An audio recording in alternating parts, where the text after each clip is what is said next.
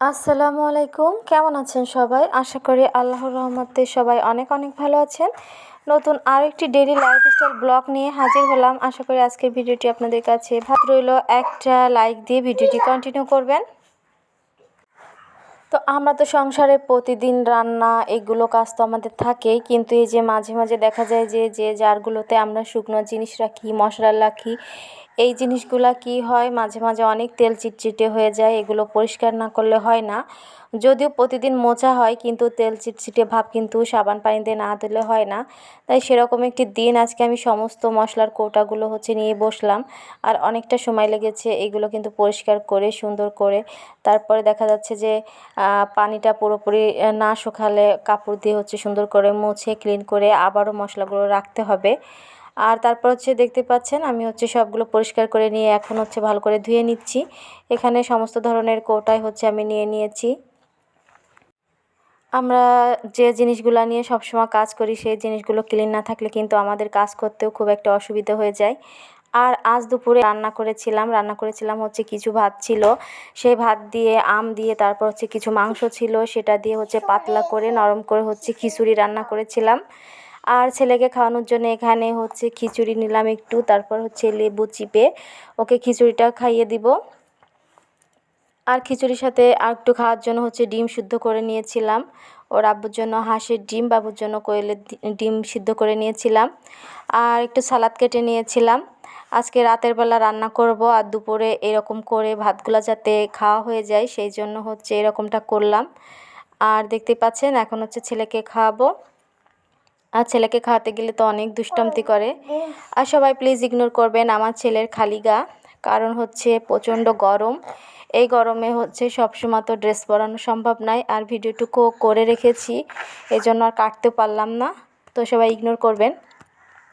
আর আমার ছেলে কিন্তু অনেক শুকনা, মায়ের মতোই। আমরা মা ছেলে অনেক শুকনা, আর ছেলের বাবা ঠিক ততটাই স্বাস্থ্য ভালো তার। তো আমি তো দেখতে পেলেন সব কিছু করে নিলাম। আর এখন বাজে 3টার মতো। আমি এসেছি কাপড়গুলো নিয়ে যেতে। কিছু শুকনা ভিজা কাপড় সকালে মেলে দিয়েছিলাম, সেগুলো এখন শুকিয়ে গেছে, নিতে আসলাম। এখনও কিন্তু প্রচুর রোদ ছাদে।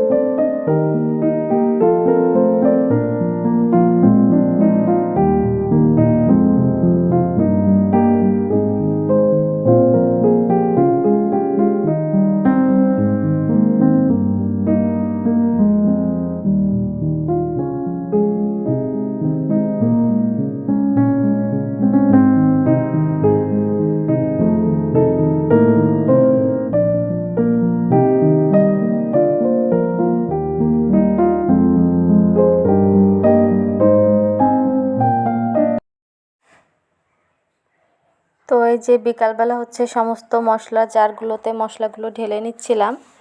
ডাল ঢেলে নিলাম, তারপর চিনি, সুজি সব কিছু একে একে ঢেলে নিব। আর গতকাল ছিল শুক্রবার, আর প্রচণ্ড ব্যস্ততম একটু দিন। কারোর ভিডিও গতকালকে আমি একদমই দেখতে পারিনি, সবার ভিডিও আজকে সকালবেলা দেখে দিয়েছি। যাদের ভিডিওগুলো বিশেষ করে বিকাল থেকে যারা ভিডিও দেয়া শুরু করে সেই সমস্ত সব ভিডিও আজকে সকালবেলা দেখে শেষ করেছি। এরপর দেখতে পাচ্ছেন আমি সবগুলো ঢেলে নিচ্ছি। এখানে চিনি ঢেলে নিলাম, তারপর সুজি, মশলা একে একে সব কিছু ঢেলে নিব।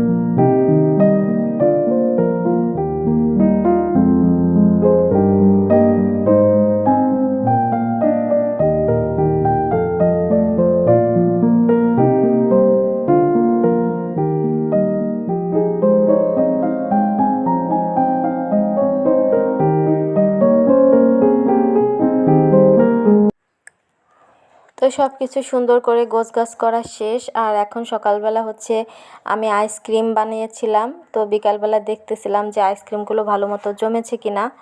আর কি যে একটা ভুল করেছি, দেখে শুনে এনেও একটা ফাটা আইসক্রিমের বক্স নিয়ে এসেছি। যদিও আইসক্রিম বানাতে কিন্তু কোনো অসুবিধা হচ্ছে না, কিন্তু এক সাইড দেখতেই যে একটু ভাঙা, আমরা দুজনের কেউ বুঝতে পারলাম না।